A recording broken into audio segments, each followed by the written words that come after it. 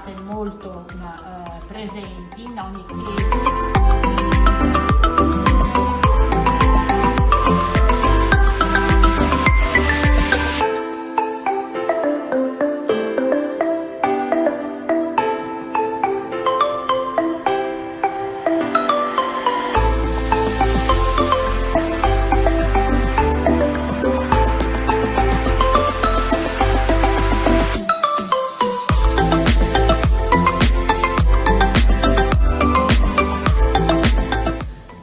Siamo al Museo Etnografico del Friuli con la curatrice, la dottoressa Tiziana Ribezzi.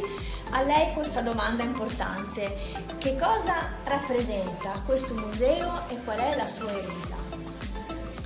Tra ieri e oggi, grazie alla preveggenza di alcune personalità carismatiche e studiosi quali Perusini, Dorlandi, i coniugi Ciceri, oggi abbiamo una tale miniera di collezioni e di materiali che sono una trade union tra ieri, oggi e il futuro. Questo è un luogo dove è possibile tornare appunto per trovare sempre degli stimoli di conoscenza.